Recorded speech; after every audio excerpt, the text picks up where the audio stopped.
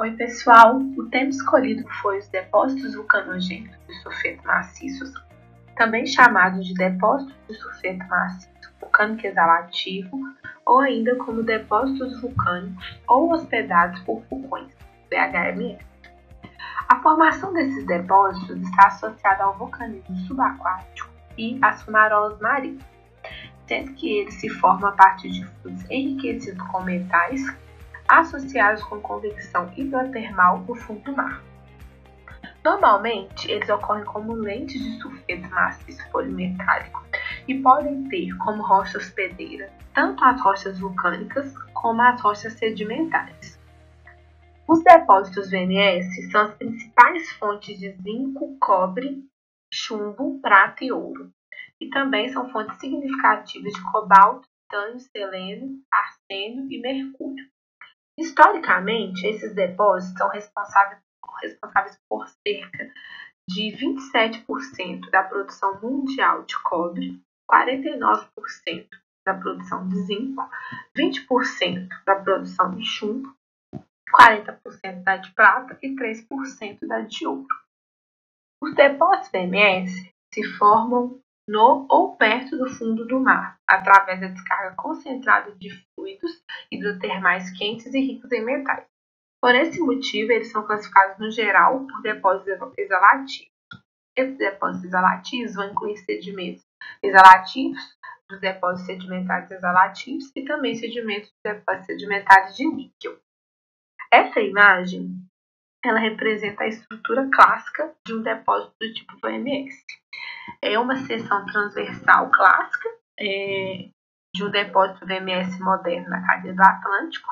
Representa uma lente concordante de sulfeto semimaciça a maciça, e essa lente é sustentada por um sistema de veias discordantes e também por halo de alteração associado às alterações hidrotermais. São conhecidos mais de 800 depósitos VMS no mundo, com reservas geológicas acima de 200 mil toneladas. Esses depósitos estão localizados em terrenos vulcânicos submarinos que variam em idade de 3,4 anos até depósitos modernos. O cobre e o ouro foram produzidos a partir de depósitos de idade terciária, hospedados em ofiolito ao redor do Mediterrâneo Oriental por mais de 5.000 anos.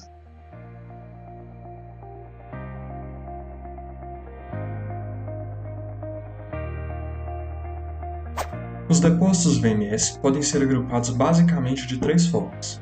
Primeiro, de acordo com o conteúdo em metal base. Segundo, de acordo com o conteúdo em ouro. E terceiro, de acordo com a litologia da rocha hospedeira. A primeira classificação é realizada com base nas razões dos teores de cobre, zinco e chumbo, com auxílio dos diagramas triangulares, como ilustrados ao lado.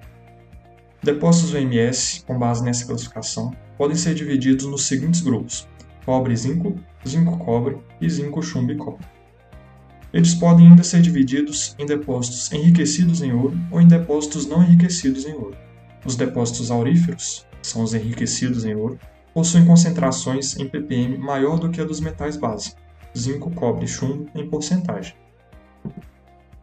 Os depósitos VMS ainda podem ser divididos em 5 grupos, de acordo com as rochas hospedeiras. São eles os grupos máfico, bimodal máfico, máfico siliciclástico, bimodal félsico e félsico siliciclástico.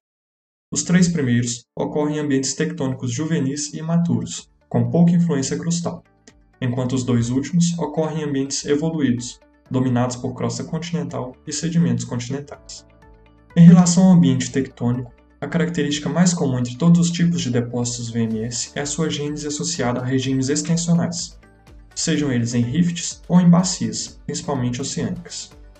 Os registros geológicos de depósitos VMS comumente estão inseridos em ambientes orogênicos, na forma de complexos ofiolíticos preservados após a subducção. Existem 3 principais contextos tectônicos nos quais os depósitos VMS se formam, e cada um deles representa um estágio de formação da crosta terrestre. O primeiro estágio é o de evolução inicial da Terra, dominada inicialmente pela atividade de plumas matéricas. Neste período, numerosos rifts formaram bacias em crosta oceânica juvenil, composta na época por basaltos primitivos ou comatídeos. Estas sequências máficas e ultramáficas foram seguidas por preenchimentos siliciclástico e formações ferríferas. O segundo estágio é o de bacia oceânica evoluída, associados com o desenvolvimento de centros de espalhamento oceânico, ao longo dos quais os depósitos VMS frequentemente estão inseridos. Nesta fase também ocorreu um desenvolvimento inicial de zonas de subducção, resultando na formação de arcos magmáticos e domínios extensionais associados.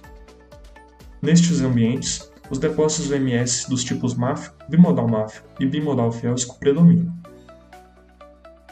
Por fim, a fase de arcos vulcânicos evoluídos é caracterizada pelo desenvolvimento de arcos magmáticos maturos e diversos frontos de subducção.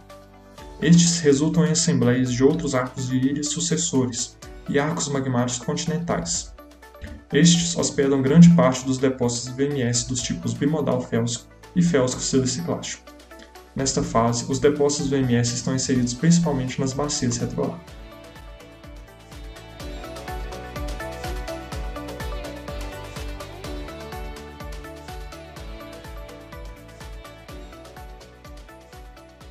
Bem, para finalizar, eu gostaria de falar um pouco sobre as formações dos depósitos VMS. Para isso, a gente precisa olhar para os agrupamentos, também chamados clusters, de depósitos VMS. Eles são limitados pelo afinamento da crosta em caldeiras ou rifts e em locais com geração de magma máfico ou mesmo bimodal, todos sobre um ambiente de despressurização que intrude as camadas superiores e altera a temperatura de atuação. As caldeiras e rifts em geral, apenas relembrando, são estruturas de fraqueza lineares para os rifts, nesse caso, ou circulares para caldeiras.